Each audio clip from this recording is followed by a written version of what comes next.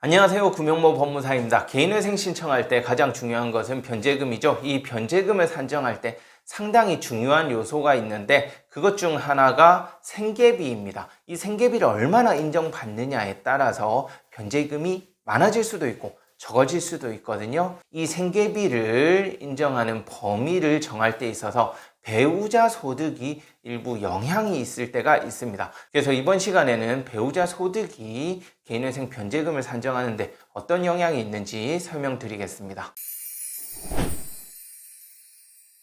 우선 미성년인 자녀, 즉 부양가족이 없을 때에는요, 배우자가 소득이 아무리 많거나 적다 하더라도 변제금에는 별 영향이 없는 것이 원칙입니다. 예외적으로 서울회생법원 또는 수원, 부산회생법원의 경우에는 추가 생계비 중 주거비 등을 산정하는 데 있어서 일부 영향이 있을 수는 있지만 큰 영향이 있는 것은 아니기 때문에 이에 대해서는 따로 설명을 드리지 않고요. 이번 시간에는 미성년인 자녀, 즉 부양가족이 있을 때 이 부양료를 누가 부담하게 되면서 변제금이 늘어날 수 있는지에 대해서 집중적으로 설명을 드릴게요. 미성년인 자녀가 있을 경우에는 그 생계비 인정하는 데 있어서 배우자의 소득이 일부 영향을 미칠 수 있습니다. 무조건적인 건 아니고요. 예외적으로 영향이 미칠 수 있는데 이에 대해서는 따로 법에서 규정한 것은 아니고 회생위원들이 실무를 처리할 때 참고하는 지침서가 있거든요. 그 지침서에 규정이 있는데요. 그 내용을 보면 부부 간의 소득 편차가 70% 또는 130% 이내인 경우에는 부부가 함께 미성년인 자녀를 부양한다라고 되어 있고요. 이 70%에서 130%를 벗어나는 경우에는 그 부부 중 일방이 자녀를 단독으로 부양하는 것으로 볼 수 있다라는 규정이 있습니다. 예를 들면 개인회생 신청인의 급여가 200만 원이고 배우자의 소득이 250인 경우에는 70에서 130% 이내에 포함이 되죠. 그렇기 때문에 이때에는 부부가 함께 공동으로 자녀를 부양한다라고 보게 되는 것입니다.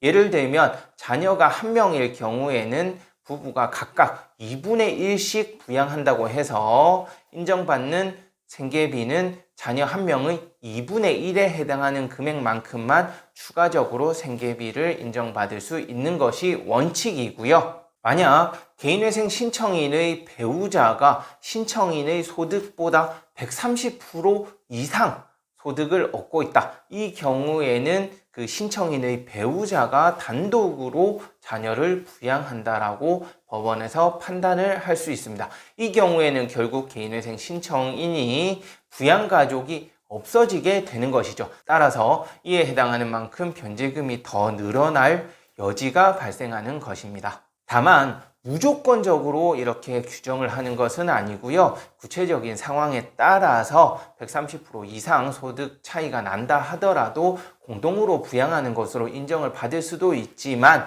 실무상 보면 변제율이 상당히 낮은 경우에는 이렇게 부양가족에서 제외를 하도록 하는 경우가 있으니까 참고하시기 바라고요. 반대로 생각해보면 개인회생 신청인의 소득이 배우자보다 월등히 높다. 이 경우에는 그 개인회생 신청인이 자녀들을 단독 부양하는 것으로 인정을 받을 수도 있겠죠. 실제 그렇게 진행이 되기도 하거든요. 이 경우에는 자녀를 단독 부양하면서 인정받는 생계비가 많이 늘어나게 됩니다. 이렇게 생계비가 늘어나게 되면 그에 반해서 변제금은 줄어들게 되는 것이죠.